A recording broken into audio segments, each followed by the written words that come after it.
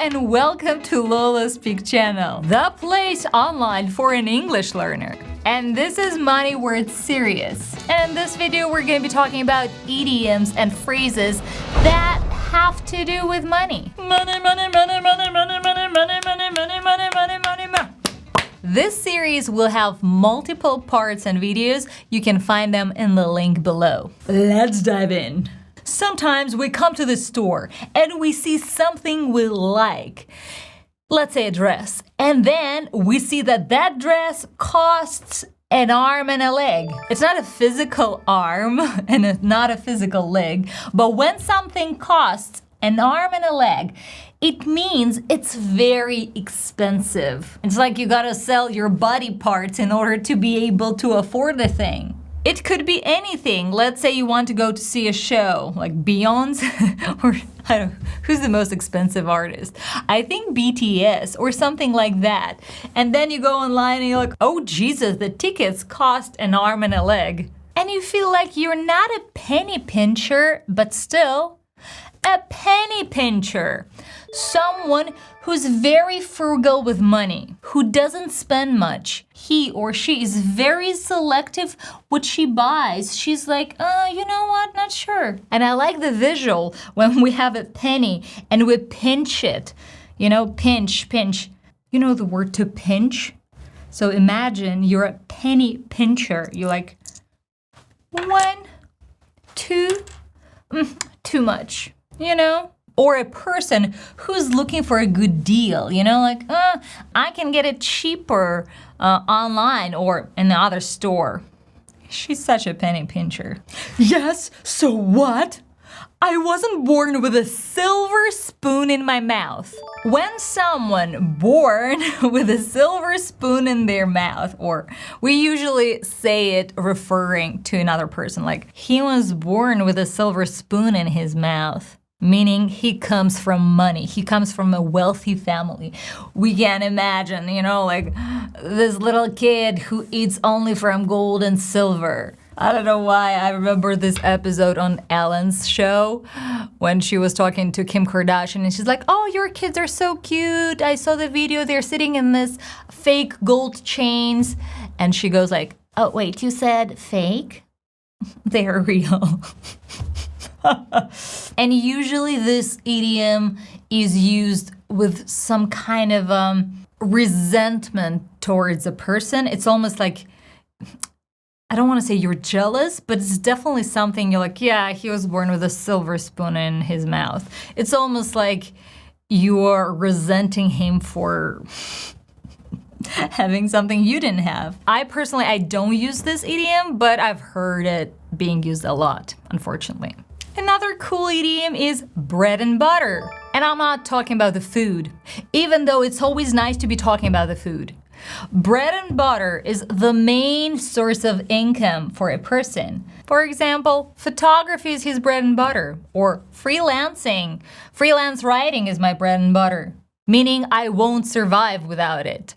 It's literally something that gets me money so I can buy food and eat. So I can buy bread and butter, gluten-free.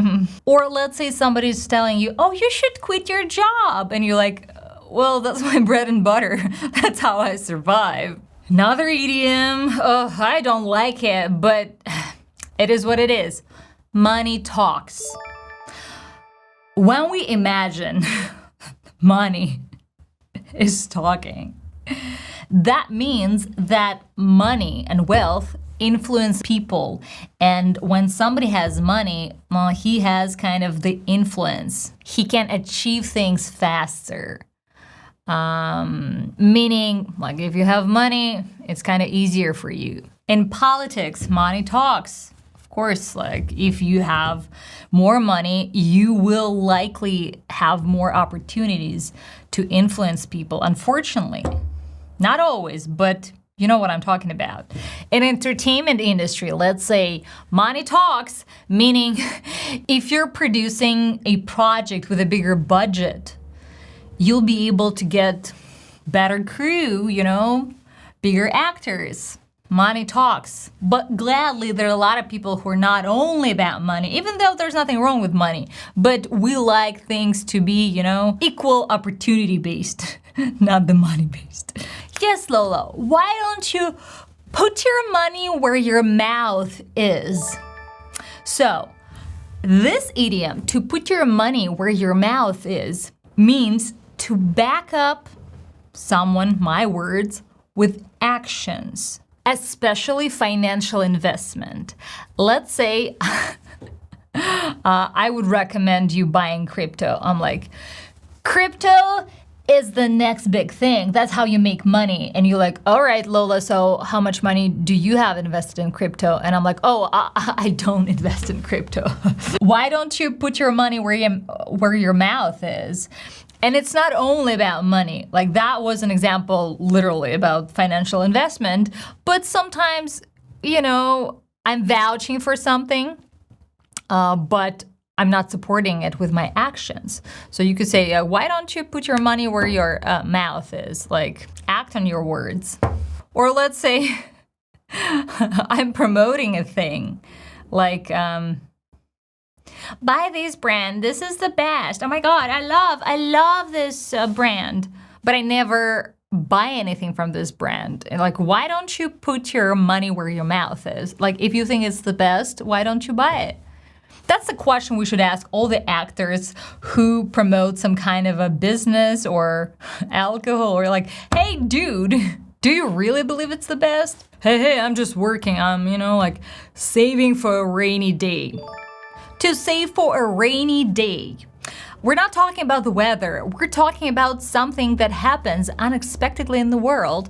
And that's when we need some savings. Let's say somebody got sick, God forbid, or your car broke down. I think this is the best example. Or, like your laptop broke down, your phone got broken or stolen or something, Gladly, I was saving for a rainy day. Gladly, I have some savings. So when you're saving for a rainy day, you're putting money aside for a case of emergency.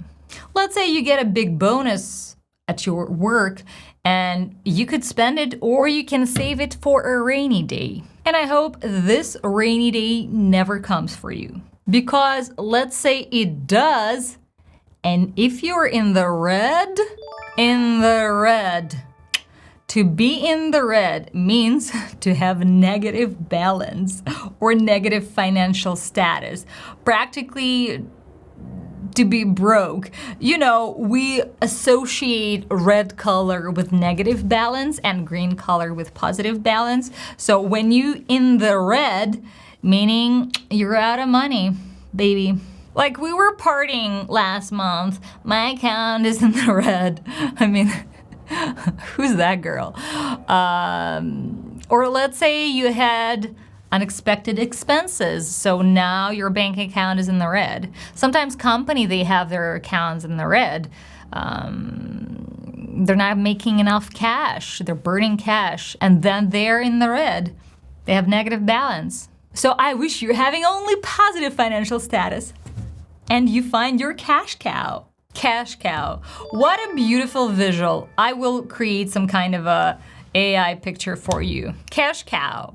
Like, it's a cow that instead of milk gives you cash. Practically, it's a very successful venture or a project or something that brings you a lot of revenue easily, Maybe you got a very good opportunity, or you got this genius marketing idea and you implemented it, and now it's a cash cow for you, meaning the money flows. I feel like every brand has a product that is a cash cow, depending, but usually, like one popular product that everybody buys and they're just making a lot of cash on that. It's a cash cow. It's cool to have a cash cow because money doesn't grow on trees. It's a funny one. It's almost like some kind of a parental figure would say something. Money doesn't grow on trees. Mom, can't we buy it? No, money doesn't grow on trees. I would want it to be growing on trees. But this idiom is self-explanatory. People use it to remind someone that money is limited, that you should spend it carefully, that you can't just throw your money down the drain by buying some expensive stuff. You know, it doesn't grow on trees. I dislike this idiom. I don't like this limiting belief. That would be hilarious. Can you imagine that you can have a tree and that's how you give the salary to your employees? They just come to the tree and they get the money. And the same kind of person would say something like this idiom. A penny saved is a penny earned. We say it to encourage people to save more money. Let's say when a salesman trying to incline us to buy something, you know, like he's like, oh, it's just, you know, you pay just $200 more, but you get this feature, and you're like, you know what, a penny saved, a penny earned, meaning I don't want to spend extra, you know, enough is enough. So same way of saying be frugal, don't spend money on unnecessary stuff. You could say a penny saved, a penny earned. If it aligns with your life philosophy, take it. And the last but not the least idiom about money for today is to be a breadwinner.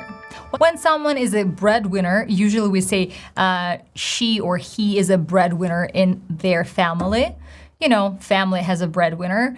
That means that this person is the main provider for this household. You know, he or she earns the most. She's a breadwinner. She is responsible for making money for their family. Or let's say Jessica got a new job. She became a real breadwinner for our family. Like, she works for Google. Or let's say you're telling someone else's story and you're like, yeah, after his father's death, John had to step up and become a real breadwinner for his family. Meaning he had to become a provider. But we hope that John found his cash cow and everything worked out. That was it for today. If you want to practice pronouncing these idioms and to be getting feedback from AI on your pronunciation and to be improving your English, come join LOLA SPEAK app, find the pack of this YouTube video and practice, practice, practice. If this video was useful, consider subscribing. Subscribe, like, and I'll see you soon.